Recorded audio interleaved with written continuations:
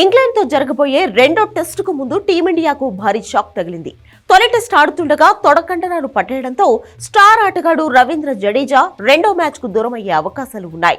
రెండో ఇన్నింగ్స్లో పరుగు పూర్తి చేసే క్రమంలో జడేజా తొడకండరాలు పట్టేశాయి. దీంతో అతను రనౌట్ కావడమే కాకుండా రెండో టెస్టుకు దూరం కానున్నాడు. ప్రస్తుతం జడేజాను బెంగళూరులోని నేషనల్ క్రికెట్ అకాడమీకి పంపించాలని టీం మేనేజ్మెంట్ యోచిస్తున్నట్లు తెలుస్తోంది. జడేజా గాయం తీవ్రతపై అధికారిక సమాచారం వెల్లడి కావాల్సి ఉంది. మ్యాచ్ అనంతరం జరిగిన మీడియా సమావేశంలో ఈ విషయంపై స్పందించేందుకు కోచ్ రాహుల్ ద్రవిడ్ నిరాకరించాడు. విశాఖ వేదికగా రెండో టెస్టు ఫిబ్రవరి 2 నుంచి ప్రారంభమవుతుంది. ఈ మ్యాచ్ కోసం టీమిండియా ఇప్పటికే విశాఖకు చేరుకుంది. ఇదిలా ఉంటే హైదరాబాద్ వేదికగా జరిగిన తొలి టెస్టులో ఇంగ్లాండ్ 28 పరుగుల తేడాతో విజయం సాధించింది. ఈ మ్యాచ్ లో భారత్ తొలి ఇన్నింగ్స్ లో ఆధిక్యాన్ని సాధించి కూడా ఓటమి పాలైంది. రెండో ఇన్నింగ్స్ లో బౌలింగ్ తో పాటు బ్యాటింగ్ లోనూ రోహిత్ సేన విఫలమైంది. ఇంగ్లాండ్ బ్యాటర్ ఓలే పోప్ ను త్వరగా అవుట్ చేయలేకపోవడంతో అతను 196 రన్స్ చేసి జట్టుకు భారీ స్కోర్ అందించాడు.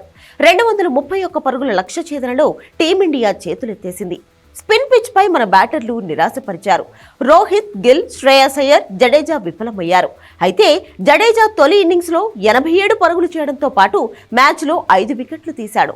రెండో ఇన్నింగ్స్ లో 2 పరుగుల వద్ద తొడకండరాలు పట్టేయడంతో పరుగు తీసే క్రమంలో జడ్డు రనౌట్ అయ్యాడు. జడ్డు రనౌట్ కావడంతో టీమిండియా ఓటమి దాదాపు ఖరారైపోయింది.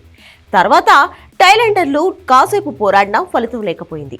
అసలే తొలి టెస్ట్ కోల్పోయి సిరీస్ లో వెనుకబడిన భారత్ కు ఆల్రౌండర్ జడేజా దూరమైతే గట్టి ఎదురుదెబ్బగానే చెప్పొచ్చు.